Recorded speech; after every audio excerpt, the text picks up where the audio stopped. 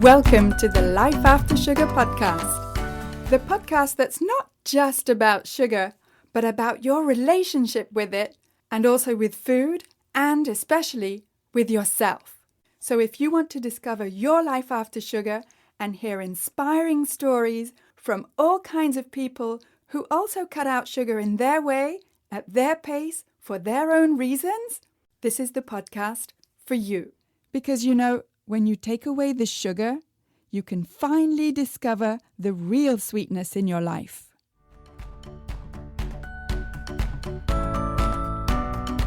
I'm your host, Netta Gorman. And this week I'm talking with Karin Banghart, who has a very inspiring story about getting colon cancer when she was 51 in January 2020. She was shocked. How could she have cancer when she took such good care of herself? And this experience pushed her to educate herself and empower herself with knowledge about not just her health, but also her diet and especially gut health. We'll get to our chat in just a minute. But first, I just wanted to tell you that if you're looking for some free resources about how to cut sugar, then I have plenty for you. Come check out the Life After Sugar Facebook page and subscribe to the Life After Sugar YouTube channel, as well as my Instagram account at My Life After Sugar, which is where you'll get all kinds of inspiration. Pictures of meals, short reels, useful info to get you started on your life after sugar, as well as thought-provoking quotes and even sometimes pictures of our cat, so that you can see that it's perfectly possible to live a happy and active life, even if you don't eat sugar. You can also check out my TikTok account at Netta_lifeaftersugar.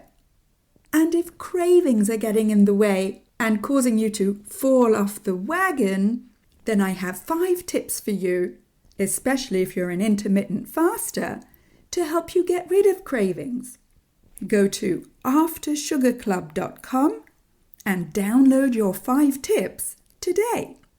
You can also find my simple guide for getting more energy with less sugar by going to aftersugarclub.com, scrolling down to the bottom and clicking on Simple Guide. And while you're there at aftersugarclub.com, you can also have a look at the videos I've made for you to show you what to eat that doesn't contain added sugars, where to find real whole foods at the grocery store, and also how to look after your gut health with fermented foods and drinks. And speaking of gut health, here's my chat with Karin. All right, so today I'm talking with Karin Banghart, who is a nutrition health coach and gut health advisor that I'm happy to talk with, especially because we're going to be talking about sugar and gut health. And so, Karin, can you tell me a bit about your own story with sugar and your health journey? Absolutely. Thanks for having me on, Netta. I appreciate it so much. You're just such a delight. Yeah, a little bit about Karin. So 2020, the beginning of 2020, January of 2020, I was diagnosed with colon cancer at the age of 51. And I hadn't had my, typical checkup at 50 where you go in and you do all the things.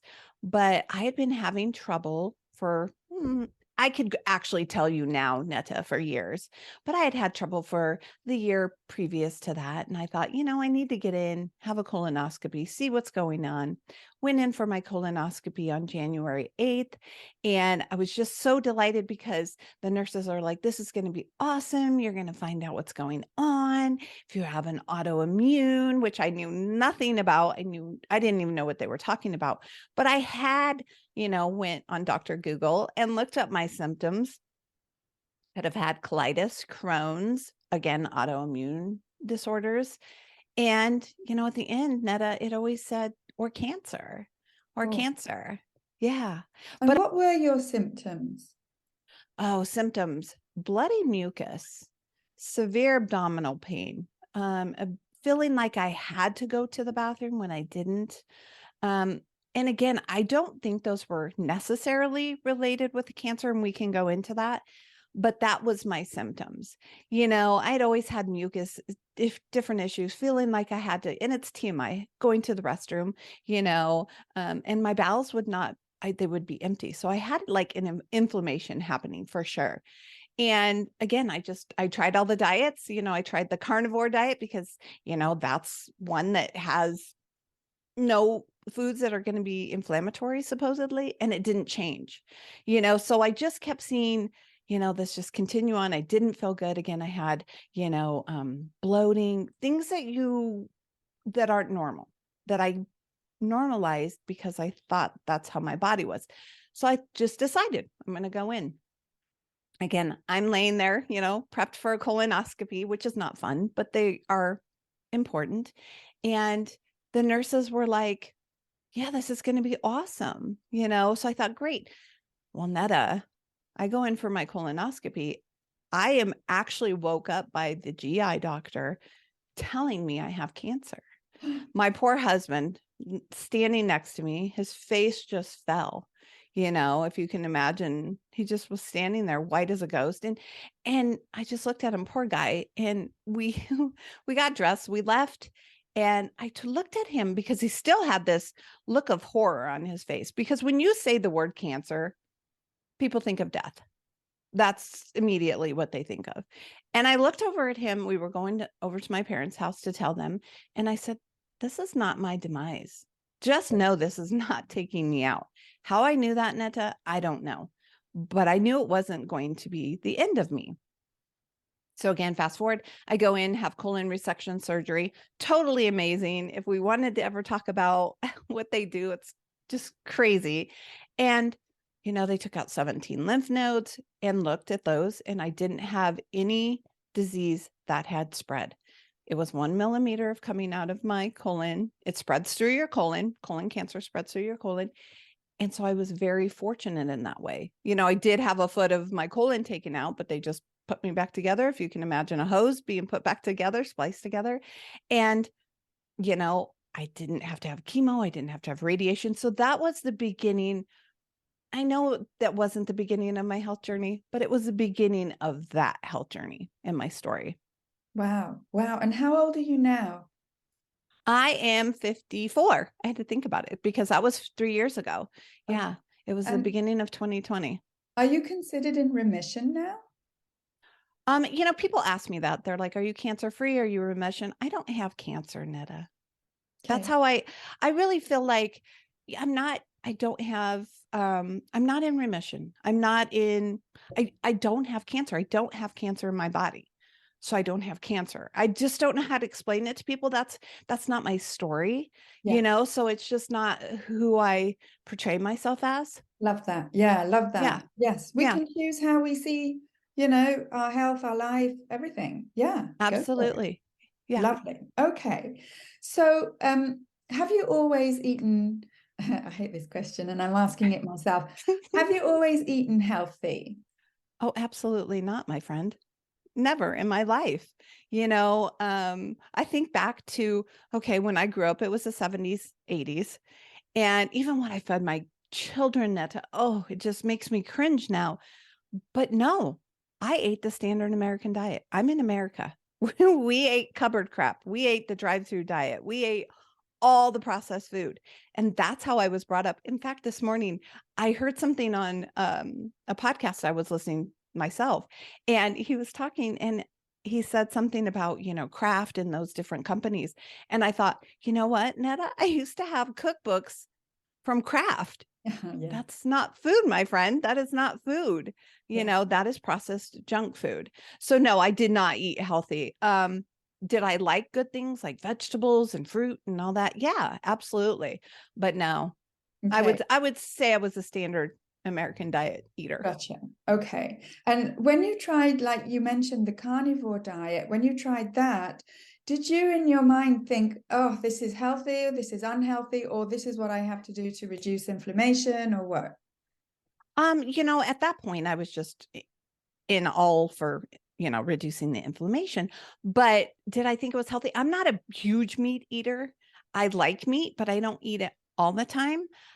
So it was a little bit different to me, especially every meal, because I was thinking, oh my gosh, I'm going to miss my vegetables. I'm going to miss some of the things I eat. Now, when you asked me to, did I always eat unhealthy?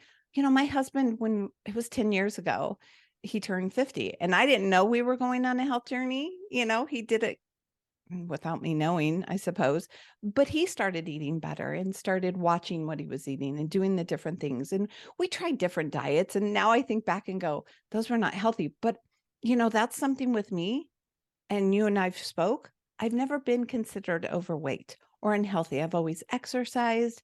I've always done all the things, not smoke, drink, do drugs. I'm just not that person. So for me to have cancer diagnosis was mind blowing to everyone. I had people tell me, well, if you can get it, that means anybody can get it. Because, and that sort of assumes to me that it's somehow your fault when you get cancer, which is mind blowing to me from having come across so many people with cancer. I mean, it's bad enough to be diagnosed with cancer, let alone have someone telling you it's your fault for getting it. Right. Right. But, it was really interesting with the doctors. They all stood there and told me, you're not a typical patient. Again, I wasn't overweight. I didn't have all the, signs that somebody does when they have cancer, which is scary. But it just goes to show you our bodies can look healthier and may not be healthy on the inside. So we really need to pay attention to what we put on the inside.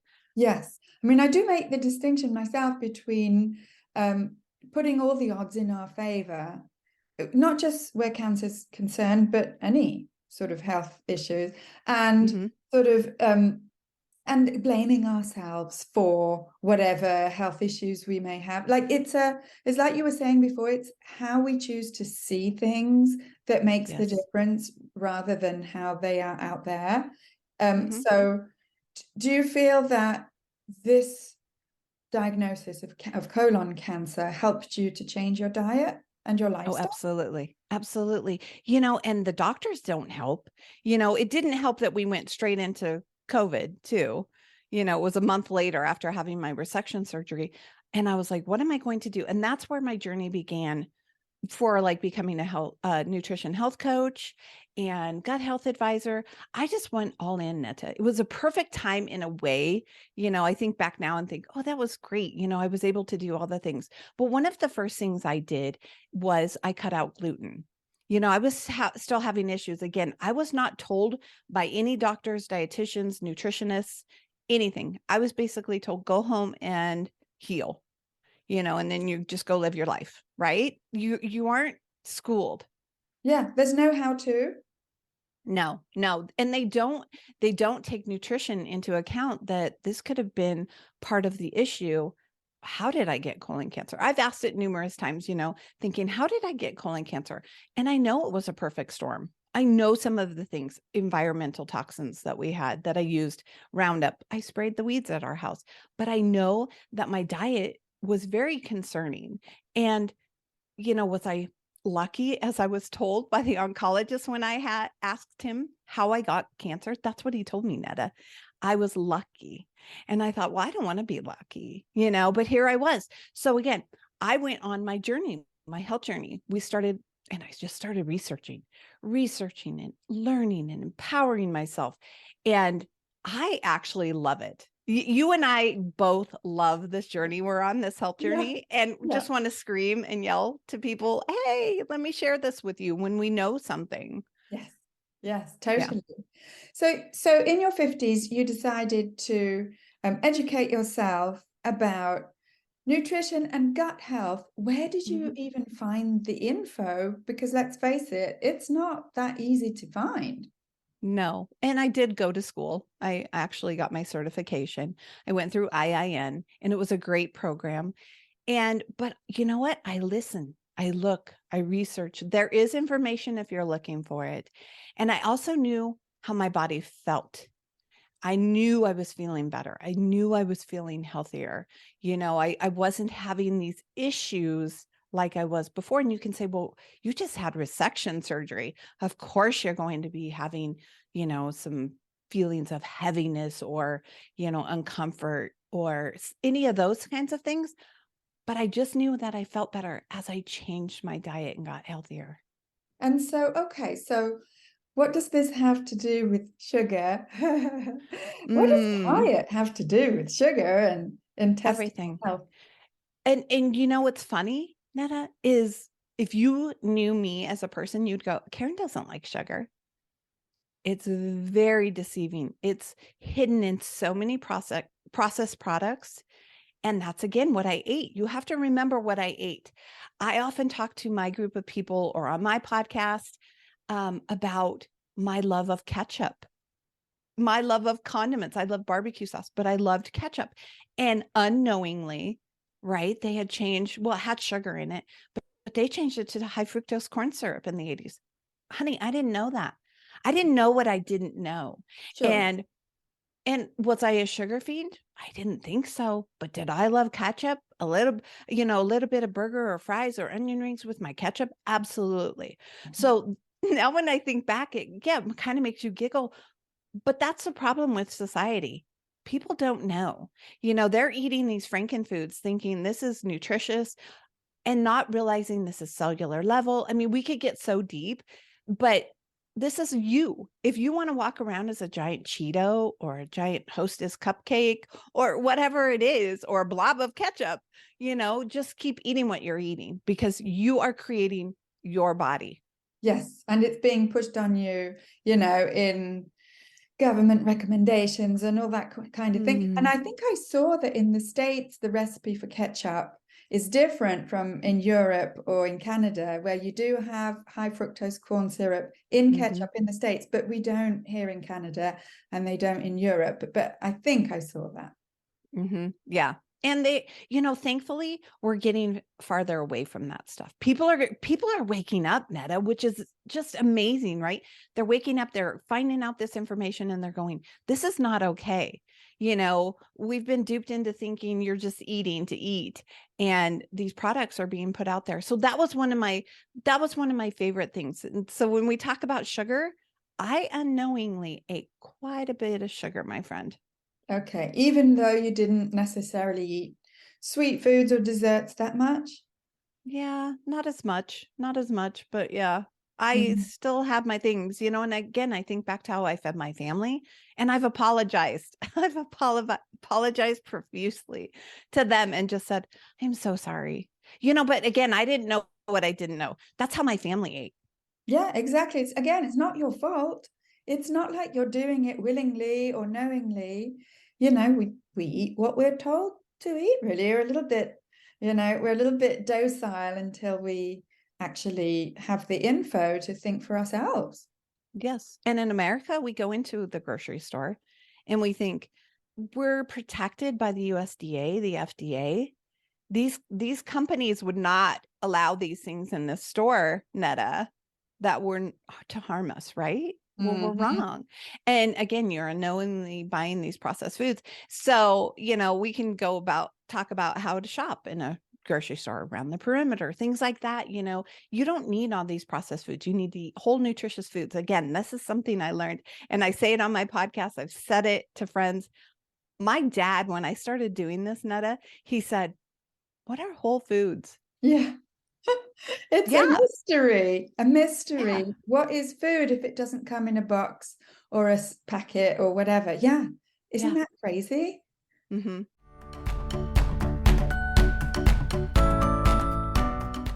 I just want to take a quick break to thank you for listening to this podcast, for rating it, and for leaving a review.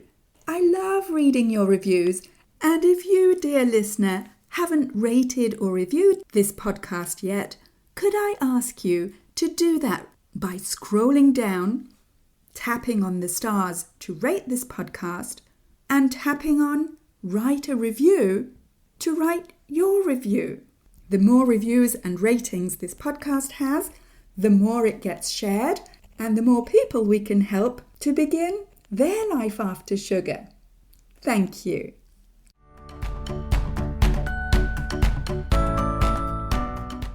And another thing that I love talking about is ingredients. If people do buy processed food, check out your ingredients. Yes, I like to look at the list of ingredients before I even look at the nutrition facts table, Oh, which absolutely. which I think has been specifically made to be confusing. Mm-hmm. You know, even if you have a university education, I defy anyone to actually find that nutrition facts label thing easy to read. But yeah, Mm-hmm. I mean, do you look at the ingredients first? Absolutely. And that's the only thing I look at. I And then can you, pick something up and know, is the list, as long as your arm? Put it back. yeah, Is it a short list? It's usually better. Do I recognize the ingredients? If I don't recognize them, my body's not going to recognize them. Were they made in a lab? They're frankenfoods. They have actual food scientists that create these, foods, flavors. They want people to crave it. I mean, again, we could go into so many directions with this, but we have to look at these foods and think, are these a science experiment or is this food? yeah. Yeah, why are we needing a list of ingredients in the first place? I often say Right. that whole foods are the ingredients. They don't have a Exactly. list. Yeah, Yeah. And I always say, you pick up an avocado or a banana, it doesn't have a label. That's exactly. how you know it's a whole food. Yeah. Yeah, lovely. Yes. And even and sometimes I joke that like a bag of sugar has only one ingredient in it. If you're looking at the length That's of very the list, true. watch out. That's not the That's only very thing. true. Yes. All right. So what got you into being interested in gut health? Again, my journey, right? Having colon cancer, having gut dysbiosis for years. Again, I can tell you, I actually had a colonoscopy when I was thinking about it. I think I was like 25 and I had blood. I was bleeding. I was having, again, these issues with my gut. And back then I was a soda drinker. So, anytime, and I drank it all the time, Netta. Again, people say, well, you weren't a sugar fiend, but I was that person. Again, it's normalized, right? Drinking soda, you drink it, I drink it for breakfast, you Really? know?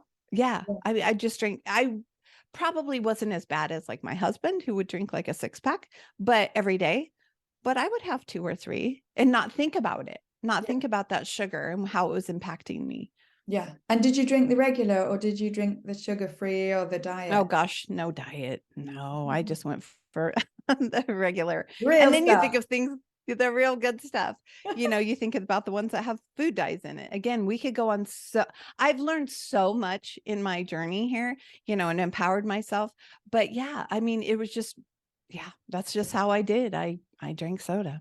Yeah. And despite that, you still weren't overweight.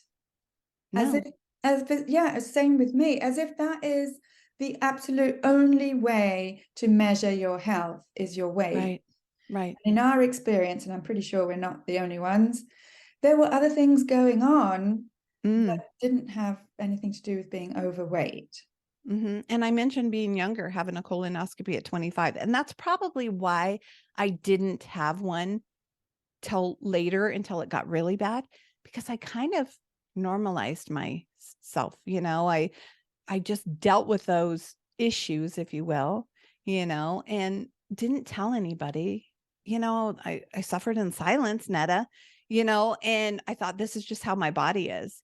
Again, not realizing this is doing something to your gut. Our gut goes from our mouth to our anus.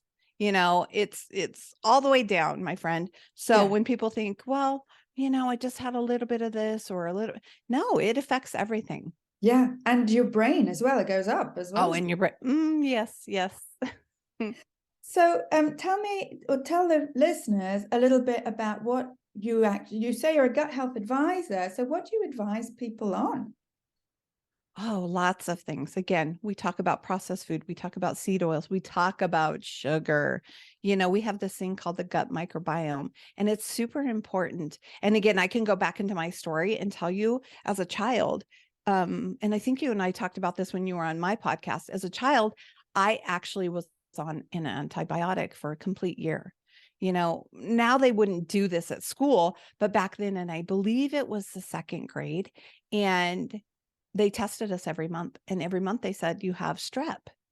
I don't remember feeling really bad, Netta, but they told me this. And I was on an antibiotic for a complete year. And I guarantee that's where a lot of this stemmed from there, plus eating the sugars and the processed foods and the oils.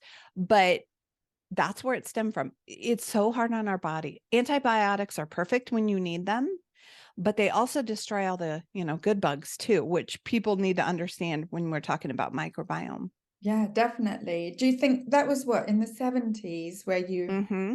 were given so many? Yeah. Yeah. Yeah. Do you think that in the United States it's particularly they're heavy-handed with antibiotics more than elsewhere? Do you know?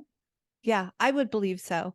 Again, I think it's lessened because now we're becoming immune to these, people aren't, they've had so many, their body just doesn't do anything with Yeah, them. it And becomes and they're resistant. meant for illness, right? They're meant when you have a bacterial infection, not when you have a virus. And they're just handed out like candy, unfortunately. And again, now we're understanding what it does to our gut microbiome. Back Yeah, then, I think it was this miracle drug, and look, we're saving lives. And they probably did, right? When it came totally. out. Oh yeah. Yeah. Yeah. Yeah. I mean, there's too much of a good thing in a way with antibiotics, Mm-hmm. I would Mm-hmm. say. It depends where that pendulum swings, right? You, Exactly. yeah. And even though I'm a huge fan of probiotics, especially the ones I Mm-hmm. make myself, and I'm not talking about those little pills, I'm talking about foods and drinks, I Mm. still, have in the last almost 8 years of being sugar-free, I still have had antibiotics where necessary, where Right. necessary, not as popping pills, but, so I'm not anti-antibiotics, but Mm-hmm. I am probiotics. And I've had a Love it. few chats with doctors here who've treated me, about my probiotic foods and drinks. One time before we were going on a big trip, 3-month trip to Mexico, and they were like, well, you should take these, what was it? What do they give to sort of help you not get the funny tummy overseas, when you go to a hot country? I know that my body doesn't react well to the change between what it's used to here in Canada Right. Right. and the hot weather when we get to Mexico, let's say. And Mm-hmm. and I was like, well, and I was like, what are they? And she was like, well, the nurse said, well, they're like antibiotics. And I'm like, but I already eat and drink probiotics. And she looked at me like I was crazy, Yeah. Yeah, I'm sure she did. which I actually enjoyed. But it's like it's like that was just off the radar of the nurse or any doctors I've talked to. Just, Right. what are you talking about? Do Right. you get They that as just well? Oh, absolutely. And that's what they're meant to do. That's what they've learned. That's what they've been schooled in. They're going to treat it with a pill. That's what they know. They don't know the nutrition side. Again, I think it's starting to come out more. I think more doctors are realizing. I know our GP, he's amazing, and he's shifted. He's seeing the benefits of nutrition compared to just medication. So I think it's changing, which makes me so excited. I'm sure it makes you excited too. Yeah, yeah, Yeah, definitely. but we need that gut microbiome. We need those bugs, and we're so anti-bug. Okay, let's talk about the last 3 years. Everybody is fearful. And what are they afraid of? That they're going to get this virus, that they're going to have some kind of issue. What they don't realize is we need bugs. We need this microbiome. We need these good bugs. We even need the bad bugs, but we don't need them. We need them level, if that makes sense. Yeah, like balanced. And Balance. so when you advise people, it's how can we get to a place where we have this balance, where we have good gut health? I mean, I suppose cutting sugar, is that like the first step? Yeah, that's one of them. And people don't realize how much sugar is in processed food. I think it's in like 95% of processed food. And when they read their ingredients, Netta, and they think, "Oh, it doesn't say sugar." Sugar hides in many forms. They don't want you, the manufacturers don't want you to know what is in there. So they will actually, the verbiage may be different, but it's still considered sugar, processed sugar. So other things, I talk about seed oils. I talk about seed oils a lot, especially in the US. Soybean oil is one of the highest forms of oils that we use, processed oils, again, in processed foods. We need to watch our sugars. But if we're eating whole, nutritious food, we can shift our diet. We can shift our microbiome. And it's not going to shift out overnight, but I guarantee if you take somebody who is eating a processed food diet, drive-through diet, cupboard crap, as I call it, if they're eating those diets and they shift to a whole food diet, they're going to feel better within a few days. Yeah. Yes. Yeah. One of the challenges that people have doing that is that they just have no idea what to replace those things with. Like, as your dad Right. was saying, what are whole foods and what do I do with them once I got them home? Right. Exactly. And I think we've overcomplicated it because we think we need that convenience. We think we need that easy. We think that that's how we need to live.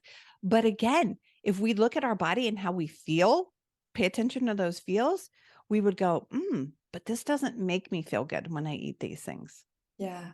Yes, it's almost like we don't even know what it feels like to feel good anymore because we've Absolutely. been feeling like crap for so long. We've normalized, feeling Yes. crappy.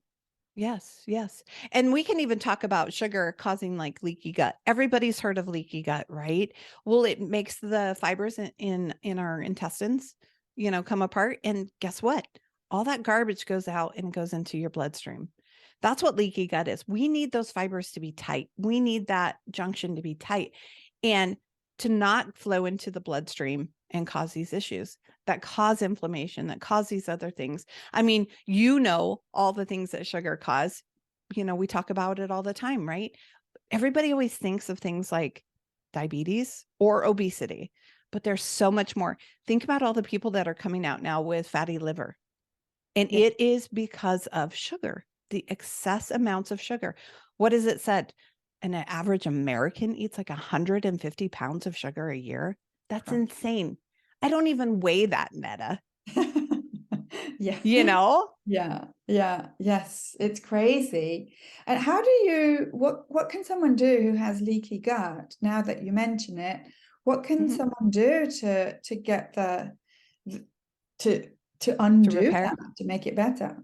Yeah, you need to repair it. Again, you need to get off these processed foods, these sugars, these oils, all these things, and start, healing your gut. There's different protocols that you can use. You talked about probiotics, there's prebiotics, we can use, and you have to think of things like if you're using like yogurt that has a probiotic, it doesn't have added sugar because people will want to do that. And you just have to pay attention to that. Kefirs, yeah. And I know you do a bunch of these type things. And one of my husband's favorite, kombucha. I have to share with you because this will make you laugh. Did you know as an adult until recently, I had never eaten sauerkraut? Well, not many people have, especially in the States. You have to admit that it's not Mm-hmm. part of the American culture, let alone the Mm-hmm. food culture. But these fermented foods are so healthy for our gut health.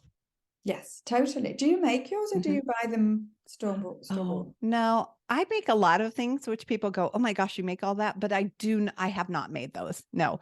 Kombucha we purchase. Again, you have to watch out for the additional sugars. Just because it says it's healthy doesn't mean it's healthy. Sauerkraut, again, yogurts, different things like that. Yeah. What do you But I need have to my look out? favorites. Yeah.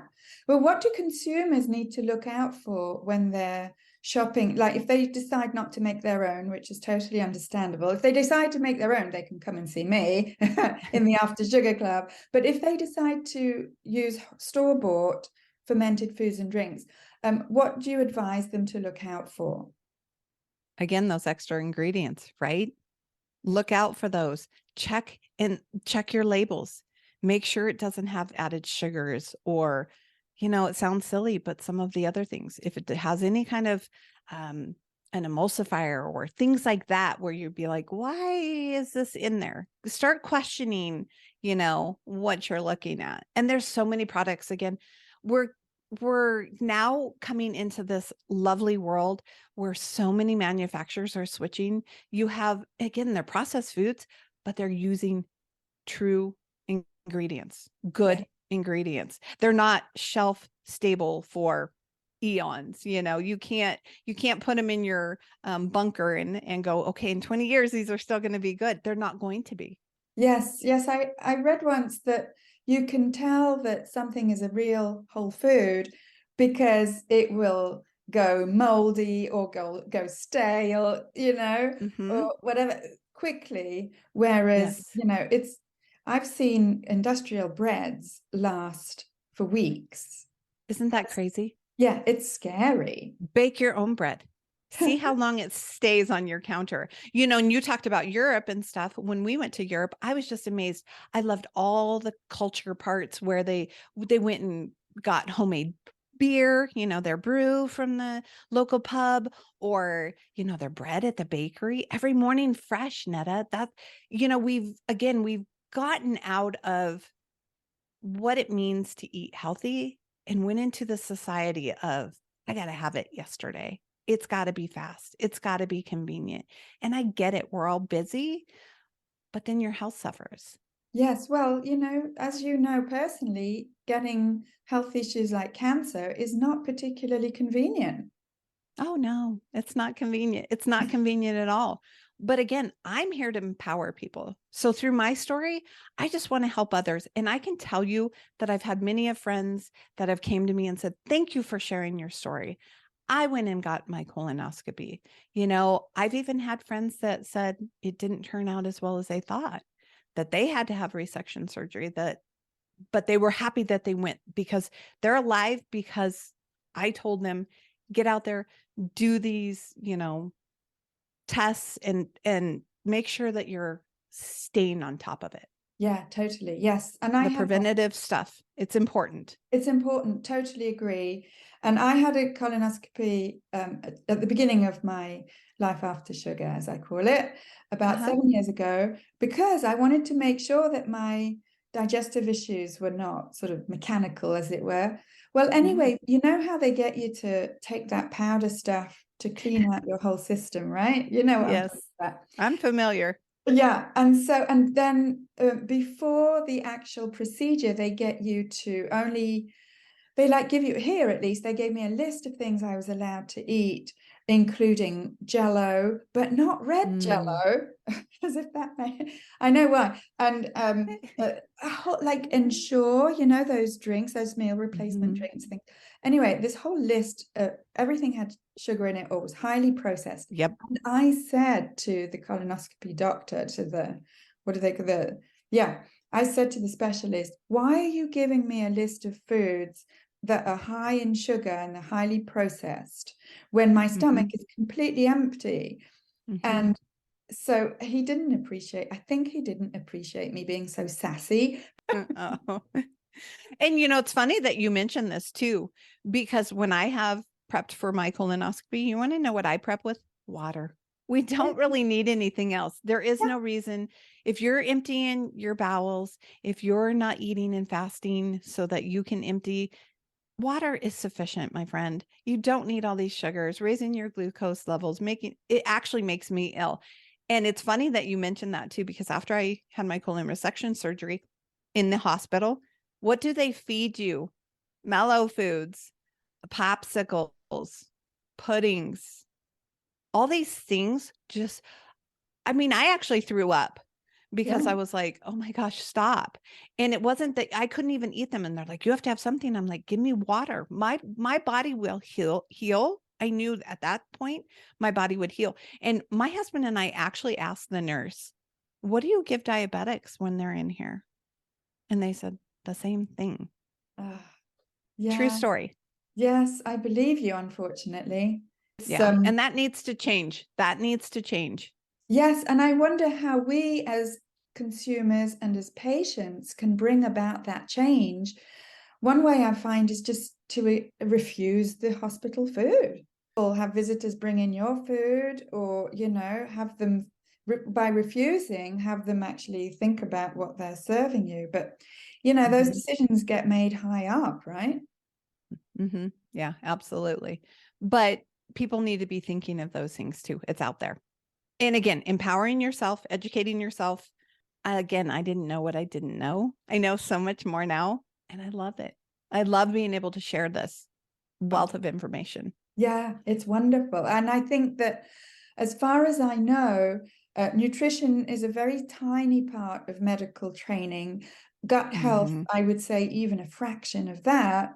And so we need people like you who have actually had some some education about Yeah. the subject of gut health and can advise your patients. Yeah. And my message became my message. You talk about doctors, my GI doctor, the one again who deals with your whole GI system. I talked to him about diet and he didn't know, Netta. How can he not know? Yeah, and I think the sort of the hopeful message that you and I have about this whole situation is that we as consumers and as patients have the power to educate ourselves. We are not Yes. passive receivers of the lack of information. We know how to read, we know how to think. If there's stuff that we come across that we don't understand, we need to be able to know who to go and ask. But yeah, I think it's a hopeful situation rather. We were saying right from the beginning, we choose how to see things. I choose to see it as a hopeful situation because we have that personal power. Yes. And being an advocate for yourself. Absolutely. Absolutely. Yeah, wonderful. It's wonderful. And it's wonderful to hear your story and how did you say it? You changed your mess into your message. I love that. Yes. Yes. Yeah, wonderful. And can you tell now people how they can get in touch with you and the name of your podcast that I was on as well as a guest? Yes. The Health Gal Life podcast. And you can find me across the board, Health Gal Life. So just think of it as hell yeah, but health yeah. We want to live a health yeah life. So, and I have something special for your audience if they would like. I have 7 secrets to good gut health, and I will give them that for free if they would like. And all they need to do is go to my website at healthgallife.com/gut health. Wonderful. I will put that link in with the show notes so people can get it right with this episode. Fantastic. Thank you so much, Karin. It was wonderful talking to you about gut health. Thank you. I appreciate you. And your listeners need to know you were on my podcast on March 20th. So make sure you go listen to episode number 66 with Netta. We talk all about sugar and all the fun things. So again, thank you for allowing me to be on your podcast. Thank you for allowing me to be on yours. And, together we unite to get the message out there about sugar and gut health. Wonderful. Yes. Thank you. Oh, what an inspiring chat with Karin. And I'm always happy to talk with my guests who are knowledgeable about gut health, because I think we underestimate just how central gut health is to our general health. And the best thing you can do for your gut health is to cut processed foods, which most of the time automatically cuts out sugar and really flour too. And if you can add more fermented foods and drinks to your diet, all the better. Gut health isn't magic. It won't cure cancer or bring world peace, but it's definitely 1,000,000 times better than basing your diet on ultra-processed foods. And just like Karin, you may need to be your own advocate for your diet and health. But it's tough to get there all on your own. You may need a helping hand. So if you're ready and committed to your own well-being and to improving your health by cutting sugar, and if you want to be with other like-minded people, then join us in the After Sugar Club. When you sign up, you'll get all the support, the accountability, and the guidance you need to break free from the diet culture as well as from the emotional dependency that you have on sugar. Go to aftersugarclub.com and click on the big green button, join the club, to see everything that's included in the After Sugar Club and in the Premium After Sugar Club, where you'll get much more personalized and customized guidance and feedback to help you on your journey to breaking free from sugar. Plus, you get a whole year for free in the After Sugar Club when you sign up for the Premium option. Go to aftersugarclub.com and click on the big green button, to join us. Thank you for listening. That's it for this week. Keep in touch and see you soon for another episode.